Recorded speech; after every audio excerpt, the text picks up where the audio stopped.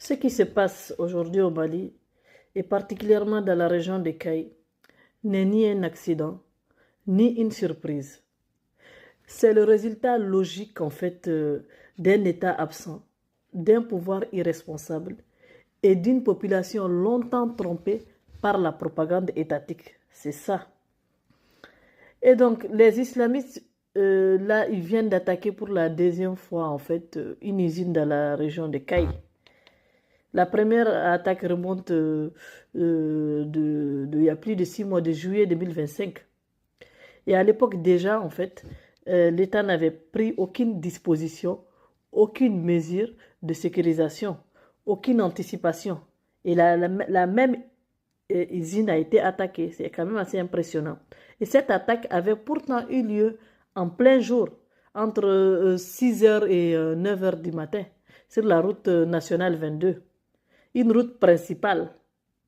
Et donc les terroristes ne se sont même pas cachés en fait. C'est une preuve très claire, c'est-à-dire que l'État malien est absent, inexistant sur le terrain. C'est ça. Donc cette première attaque avait ravagé 3 sites, cette, on va dire, seconde attaque là, avait attaqué 3 sites industriels majeurs. Je crois qu'il y a l'usine, si j'ai bonne mémoire, de Demon Ciment, appartenant à un groupe indien à Gangoteri. Il y a l'usine de carrelage et chaud du Mali à Karaga. Il y a une autre unité industrielle à Gouroudampé. Je ne sais pas si j'ai bien prononcé. Donc, 2 de ces sites appartenaient à des hommes d'affaires maliens. Donc, l'un produisait du ciment, un secteur qui est stratégique, on va dire. Donc, l'État malien n'a absolument rien fait.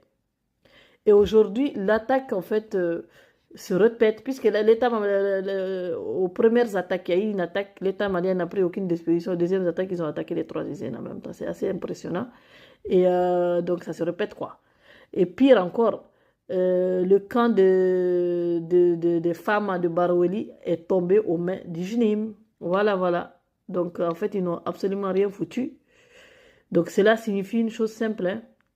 C'est que l'État malien, la junte malienne n'est plus en capacité de protéger ses propres citoyens. Décalage entre ce qu'ils disent et ce qu'ils font. Et pendant ce temps, Nyoro du Sahel agonise, hein. La ville est abandonnée. Toutes les entrées et sorties vers Bamako et Caï sont complètement bloquées. Aucun car ne circule. Or, les habitants de Nyoro vivent principalement du transport aller-retour, de l'import-export entre autres. Donc, toute l'économie locale